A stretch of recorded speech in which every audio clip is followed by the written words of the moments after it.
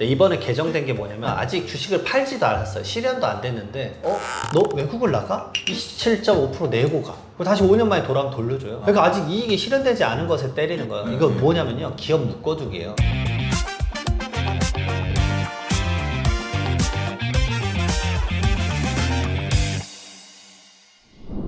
요새 뉴스에 부자들이 한국을 좀 떠난다 뭐 이런 얘기가 자주 나옵니다. 실제로 100만 달러, 약 14억 원 이상 자산 보유한 고액자산가의 해외 유출하는 게 전 세계 4위라고 합니다. 현장에서 실제로 선생님도 자산가들 많이 만나고 뵙잖아요. 체감할 때 어떤 느낌이세요? 디테일해졌어요. 예전에는 그냥 약간 웃었어요. 아, 이 나라 이제 떠야지 뭐 이런 느낌이었는데 4년, 3년 전부터는 좀 진지하게 알아보시는 것 같아요. 그러니까 미국은 요즘 어떻구나. 근데 지금 트럼프가 잡고 나서 이게 좀 덜해진 것 같아요. 다른 나라에서 오면은 이민 정책이 너무 강하니까 그래서 미국을 좀 끄는 느낌인데, 그게 아니었다라면 제가 봤을 때 이건 가속화됐을 거예요. 그래서 요즘 캐나다나 이제 호주 여기 엄청 많이 보고 있는 것 같아요. 제가 이런 관점에서 느껴요. 접촉 포인트가 예전한 거하고 달라요. 부모 세대는 이제 예를 들어서 외국을 나가본 적은 없지만 자녀는 유학을 했어. 그 자녀는 아빠 오세요. 그냥 저 여기를 알아요. 그래서 자녀 믿고 한 6개월 가보는 거예요. 갔다가 살만하네. 그런 접촉 포인트랑 결국은 돈이 문제가 아니라 그 커뮤니티에 내가 융화될 수 있는 걸 따지는 거거든요. 근데 100억 정도 넘어가면 이런 관점으로 천천히 시작하는 것 같아요. 거기 바로 가는 게 아니라 왔다 갔다 하자.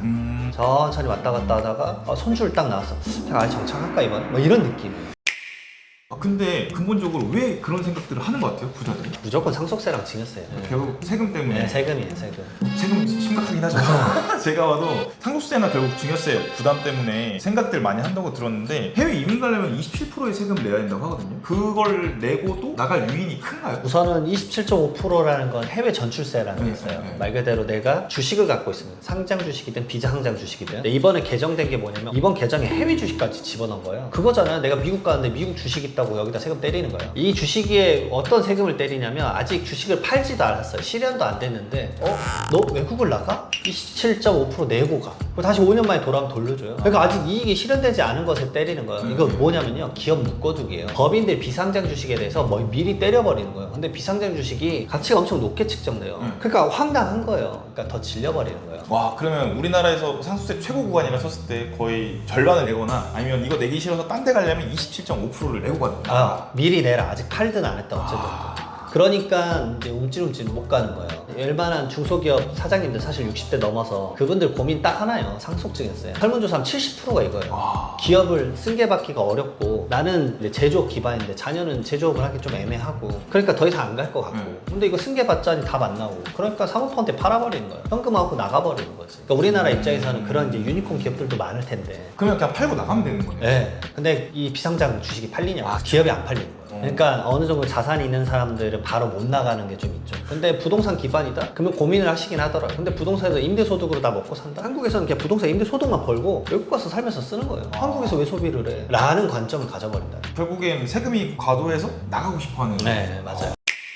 요즘에 부자들은 어느 쪽으로 좀 선호를 하시나요? 무조건 상속세 적은데, 호주 아니면 유럽 쪽도 있고 미국도 그렇고 상속세에 대해서는 아주 낮은 세금이나 공제가 엄청 많죠. 그러니까 유럽 같은 경우는 슈카에도 나왔지만 저는 그게 맞다고 봐요. 고소득자인데 빈곤층이 많아요. 그러니까 말 그대로 흑수저가 고소득이 됐어. 제가 거의 대표적인 케이스 같은데, 흑수저가 돈을 좀 많이 번단 말이에요. 근데 소득세가 높아요. 근데 유럽 같은 경우는 그 문제가 이렇게 생긴 거예요. 상속세가 엄청 적어요. 프랑스나 영국 이런 데는 부의 이전이 상속으로 일어나지, 흑수저들은 이미 받을 때 종합소득세 막 반 때려버리니까 엄두가 안 나는 거예요. 부동산 가격 계속 올라가고. 그러니까 못 사는 거예요. 우리나라도 사실 유사하잖아요. 우리나라는 소득세도 높고 상속세도 높지 않나요? 맞아요.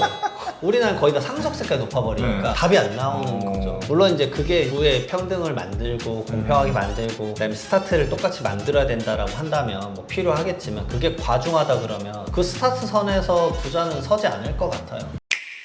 근데 이렇게 많이 계속 유출이 되면 우리나라 세수라던가 경제에도 타격이 클 텐데, 정부에서는 이런 거에 대해서 뭐 별다른 거 없나요? 이게 뭔가 세금 강화하는 느낌으로. 강화할 수밖에 없겠죠. 그래서 기업들이 더 나가는 구조가 될 것 같은데, 이게 세금 부분도 있지만 저는 이제 이게 노동법이 이걸 더 강화시킬 수도 있다고 봐요, 사실은. 세금만 보는 게 아니라 뭐 자영업자분들 보면은 사실 지금 노동법이 이제 저는 이제 잘은 모르지만 공포감을 좀 주는 것 같아요. 거기다 5인 미만 사업장에서도 이제 엄격하게 노동법이 적용될 거니까 사업자분들은 이제 노동 노동법 지시까지 많이 익혀야 되니까. 그러니까. 거기다가 이제 최저임금은 솔직히 여기까지 온 것 같아요. 기존이랑 똑같이 2, 3% 올라가는 거 아니냐. 근데 그 2, 3%가 200만 원에서 3%랑 예전에 100만 원에서 3%랑 느낌이 다르니까 그죠. 거기다 건볼이 얹어지고 하니까 고용에 대한 공포감이 뭐 일반적인 자영업자는 더 심해질 거고 사업하신 분들도 쉽지가 않고. 그게 왜 영향을 미치냐면 상속세에서 가장 많이 세금 줄여주는 게 가업상속공제예요. 거기서 사후관리가 근로자를 10년간 유지하고 막 이런 게 있어요. 근데 급여가 계속 올라가는데 어떻게 유지를 해? 그러니까 가업상속을 안 받고 그냥 팔아버리는 거예요. 그거죠. 그 요즘 유행하는 베이커리. 뭐 그죠? 네, 그런 거 네, 대형 베이커리, 베이커리 네. 가업증여공제 뭐 이런 거. 저는 근데 그 사람들이 뭐 안 좋다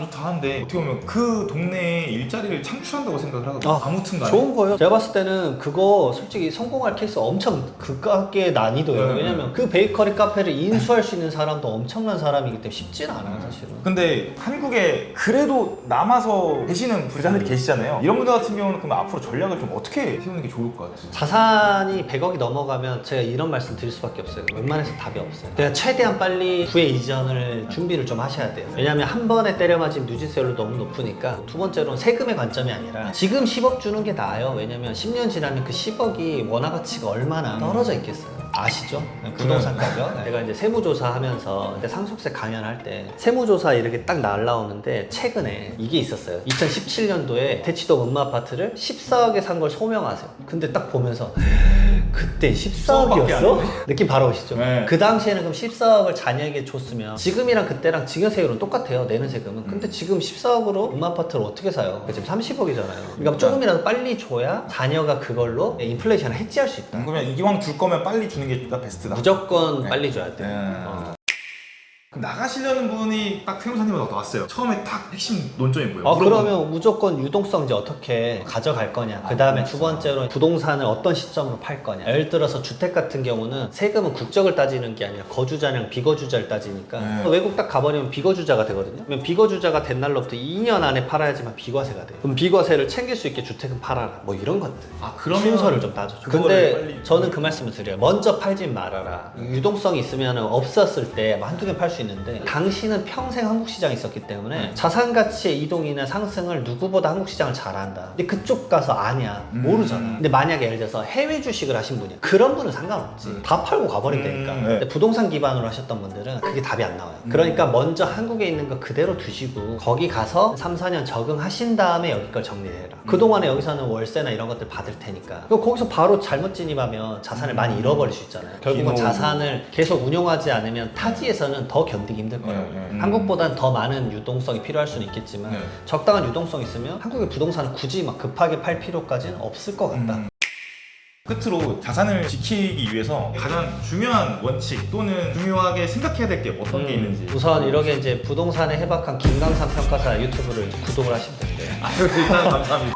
그러니까 어쨌든 자산을 증가시킬 수 있는 시장이 한국이냐 아니면 다른 나라냐잖아요. 그 관점을 명확하게 이해하시고 한국에서 잘할 수 있다 그러면 몸만 떠나시면 돼요. 한국에서는 운영하는 거 따로 운영하면 되니까. 그리고 그것에 대해서 업데이트를 잘 받으셔라. 그냥 한국 딱 1년만 떠나가시잖아요. 예전에 한국 세법이나 이런 것들 잘 바로 이해하셨는데 1년 만에 저 오랜만에 만나서 상담하면 다 까먹고. 생각보다 이 두 제도를 다 혼용해서 이해한다는 게 쉽지가 않아요. 그래서 주기적으로 저한테는 뭐 핀란드에 계신 분도 있고 뭐 어디도 가신 분도 있는데 1년에 주기적으로 한 번씩 건강검진 받듯이 받거든요. 그러니까 그런 식으로 자산관리를 좀 케어를 해줄 수 있는 분들과 얘기를 나눠봐라. 그래서 지속적으로 그런 이제 자산관리 여기가 나을지 저희가 나을지. 한국이 좀 힘들다고 나갔는데 그 나라가 더 힘든 상황이 펼쳐질 수도 있어요, 사실. 많은 분들이 그렇게 한다고 하더라고요. 네. 한국은 포텐셜이 있는 나라이기 때문에 여기다 자산군이 익숙하다 그러면 우선은 여기다 두고 운용을 어떻게 할 것인가에 대한 고민을 해봐라. 말씀드립니다. 좋은 말씀 감사합니다. 오늘 영상 여기까지 시청하겠습니다. 이장호 세무사였습니다.